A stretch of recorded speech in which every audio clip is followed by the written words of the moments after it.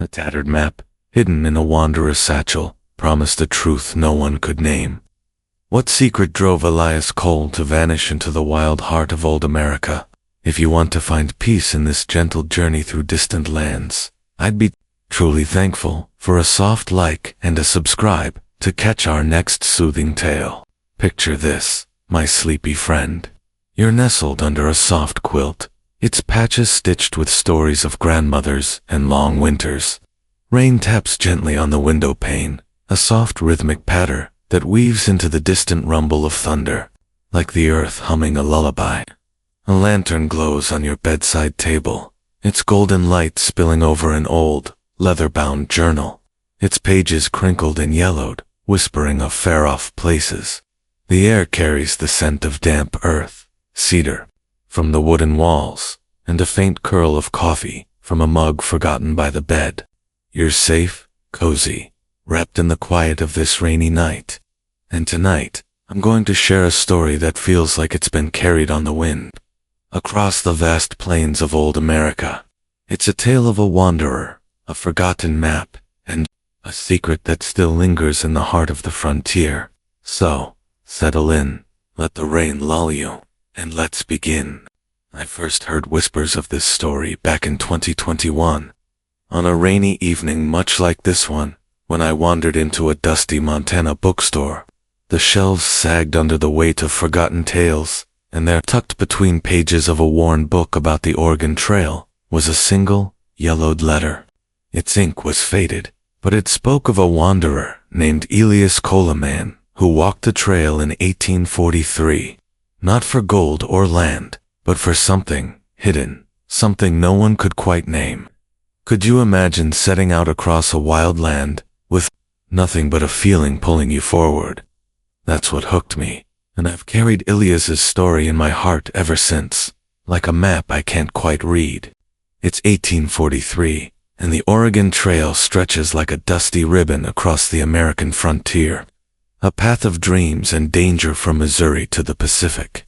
Thousands of pioneers, families with creaking wagons, farmers with calloused hands, seekers with stars in their eyes, brave the trail's hardships. They ford rivers that roar like thunder, climb hills where the wind smells of sage and sweat, and pray their oxen don't falter under the weight of hope. Among them is Elias Cole, a quiet man with weathered boots and a worn leather satchel slung across his shoulder. He's no farmer, no merchant, just a wanderer, his eyes always tracing the horizon, as if it holds a secret only he can see. Some say he was running from a past too heavy to carry. Others whisper he was chasing a truth buried deep in the West. His journal, they say, held a map not of roads or rivers, but of something older, something sacred, etched in the heart of the land. The rain outside picks up, its soft patter against the glass, like footsteps on a long-forgotten trail. Can you hear it? It's the same sound Elias might have heard, lying under a canvas tarp on the Missouri plains, the night air thick with the scent of grass and distant storms. The Oregon Trail was no gentle path. Wagon wheels cracked on rocky ground, their splinters swallowed by the dust. Rivers swept away entire families, their dreams sinking into muddy depths. The wind carried tales of lost souls, pioneers who never reached Oregon's green valleys, their names fading like campfire smoke. Elias traveled light, with just a horse named Juniper, a bedroll, and that satchel, its contents a mystery to the families he passed. He'd join their campfires at night, sharing their salt pork and cornbread. His presence quiet, but warm, like a shadow that didn't chill. "Keep west," he'd say, his voice soft as the crackle of embers. "The land knows the way." One night, near the Platte River, under a sky so heavy with stars it felt like the heavens were leaning close, Elias sat with a family from Illinois. The firelight danced on his face, carving shadows that made his 30 years look like 50. The mother, Mary, her hands rough from washing clothes in icy streams, asked him why he walked alone. He smiled, his fingers brushing the satchel, its leather worn smooth by years of touch.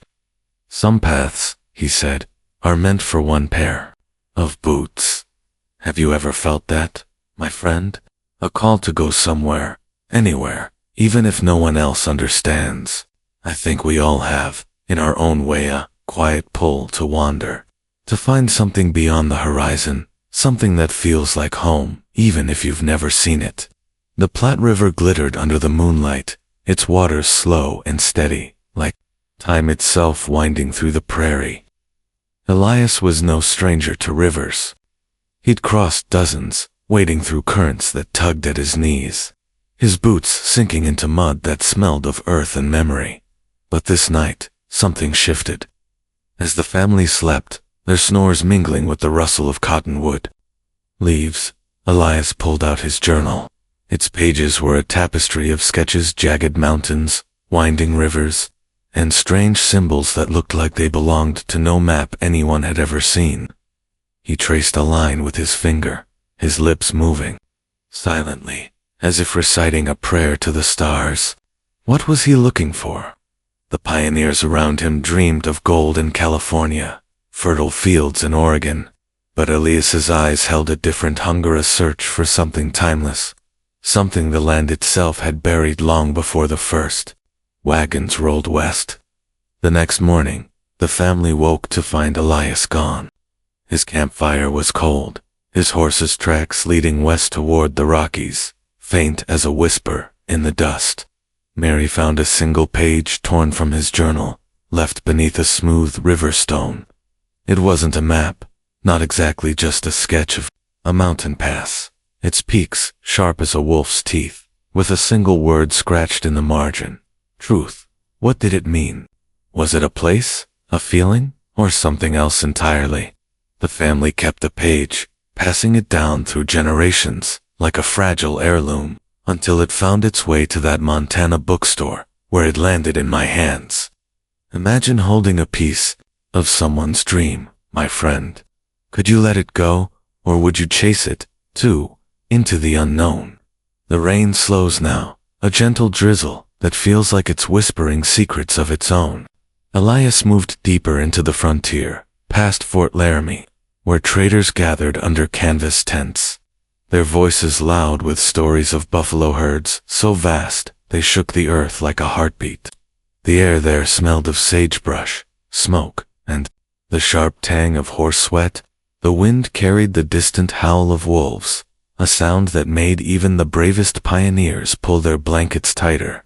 Elias's journal entries grew sparse, but each one was heavy with purpose. The land speaks, he wrote, but only to those who listen. He sketched petroglyphs, ancient carvings on canyon walls, their spirals and stars glowing red in the setting sun, like messages from a people long gone.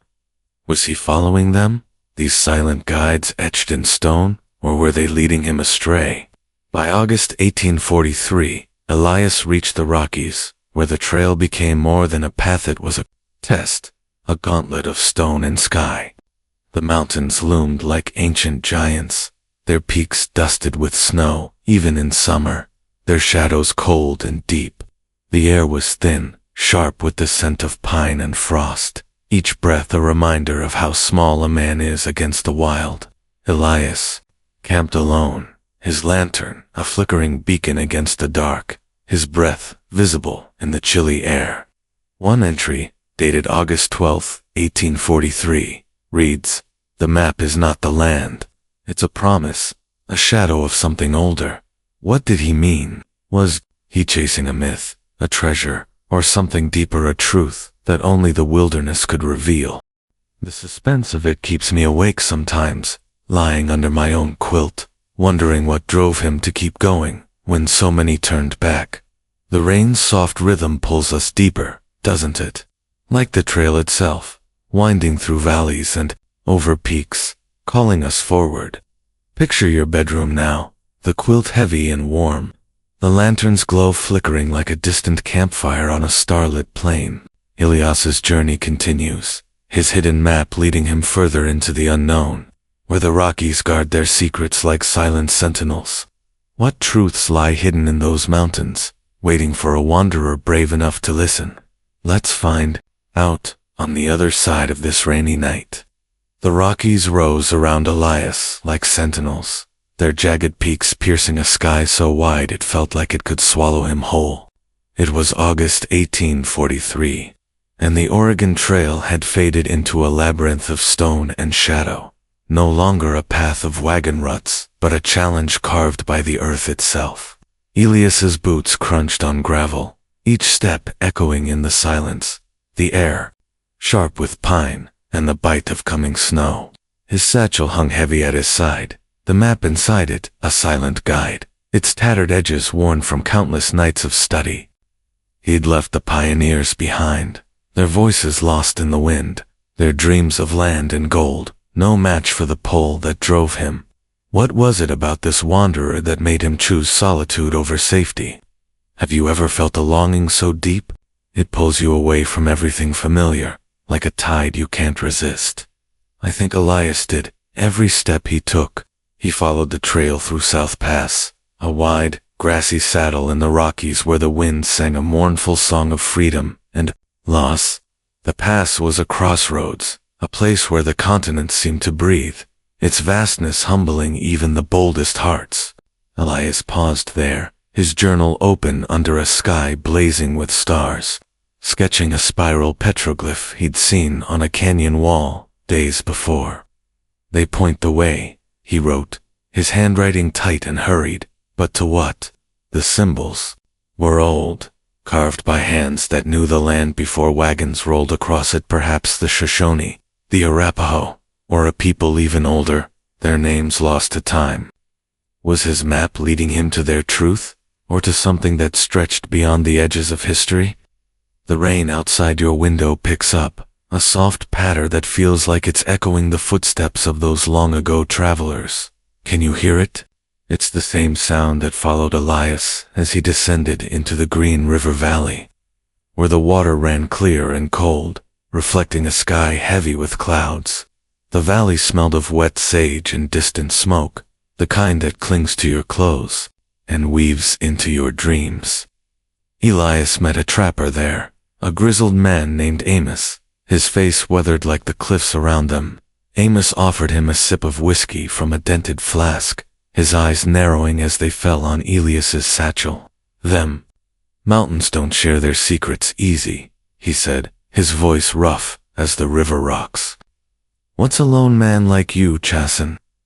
Elias only smiled, his fingers tracing the satchel's worn leather, as if it held his heart. "Something the land keeps," he said, his voice barely above the river's murmur. That night, by the Green River, Elias saw something that changed him. Under a crescent moon, its light thin as a whisper, he followed a narrow path to a hidden grove, where the air felt thick, almost alive, humming with a quiet energy. There, carved into a massive boulder, was another petroglyph, a circle within a circle, with lines radiating like a star, glowing faintly in the moonlight. His journal entry was hurried, the ink smudged, as if his hand shook. "It's here. The map aligns." Aligns with what? A place? A moment? A truth? The suspense of it makes my heart race, even now, curled up in this cozy room with the rain outside. Imagine finding a sign that feels like it was left just for you, carved by hands, long gone. Would you trust it, or turn back, fearing what it might mean? Elias pressed on, his path now veering from the Oregon Trail, deeper into the Wyoming wilderness. The land grew wilder, the air colder, the nights longer, each one wrapping him in a silence, broken only by the crackle of his fire. He camped in a narrow canyon, where the walls rose like ancient storytellers, their surfaces etched with more petroglyph spirals, stars, and lines that seemed to pulse with meaning. His lantern cast shadows that danced like ghosts, and his journal filled with sketches a river's curve, a mountain peak shaped like a broken crown, a spiral with a single line cutting through it. "Time isn't a line," he wrote, his words sprawling across the page. "It's a circle, and the land holds it." What did he mean? Was he chasing a place where time itself folded, where the past and present met in a single, fleeting moment? The thought lingers like the scent of cedar in this room, pulling us deeper into his mystery. One evening, near what we now call the Wind River Range, Elias met a Shoshone guide named Tala. She was young, her eyes sharp with the wisdom of the land, her braids swinging as she moved with the grace of someone born to these mountains. She'd seen the wagons pass, heard the pioneers' dreams of new homes, but Elias was different. "You walk like you're listening," she said, her voice soft as the dusk, her breath visible in the chilly air. He hesitated, then showed her the map, its strange symbols glowing in the firelight, their lines like threads weaving a story no one could fully read. Tala's fingers paused over a spiral, her expression unreadable. "This is old," she said, her voice barely a whisper. "It speaks of the place where the stars touch the earth, a place, a myth." Elias's eyes lit up, but he said nothing, only nodded, as if her words were a key he'd been waiting to find. Have you ever met someone who saw the world the way you do, even for a moment? It's like finding a piece of your own heart in a stranger, a spark that says you're not alone. Tala led Elias to a hidden trail, one the pioneers never took, a path that wound through canyons where the wind howled like a chorus of lost souls. The air smelled of dust and ancient stone, and the sun baked the earth by day, while the stars burned so bright at night they seemed to hum with secrets. Elias's journal grew frantic, his words spilling like water from a broken jug. The map is alive. It moves with the land. He sketched a final petroglyph, a spiral with a single line cutting through it, like a path to nowhere or everywhere. Was he close to his truth, or was the land leading him in circles, testing his resolve? The rain outside your window slows, as if holding its breath, waiting for what comes next. In September 1843, Elias reached a place the Shoshone called the Valley of the Stars, a basin cradled by mountains, where the night sky felt so close you could almost brush it with your fingers. The air was sharp with frost, the ground dusted with early snow that crunched under his boots. Elias stood alone, his lantern a small defiance against the dark, its light flickering like a heartbeat. His final journal entry, dated September 15th, 1843, reads, "The truth isn't a place, it's a moment, when the land and the stars and you become one." What did he find there? A secret carved in stone, a vision, or something only a wanderer could understand? The map, they say, was never found, only fragments, passed down through stories, carried by those who heard his tale, like whispers on the wind. The rain's rhythm softens now, a gentle lullaby that wraps around you like that quilt, pulling you toward the edge of sleep. Picture your bedroom, the lantern's glow fading, the journal open to a blank page, its story complete, yet endless. Elias's journey doesn't truly end. My friend, it lives in every step you take toward your own horizon, every moment you feel the pull of something greater. Maybe his truth was never meant to be held, only chased, a whisper carried across the ages, from the dusty trails of old America to this rainy night. As you drift toward dreams, think of him, Elias, the wanderer, his satchel heavy with secrets, his heart light with the promise of the trail. And maybe, just maybe, his journey lives in you, too. A quiet call to wander, to listen, to find your own truth in the wild. If you're still with us, let us know in the comments where you're wandering from and what time it is. There, dream gently.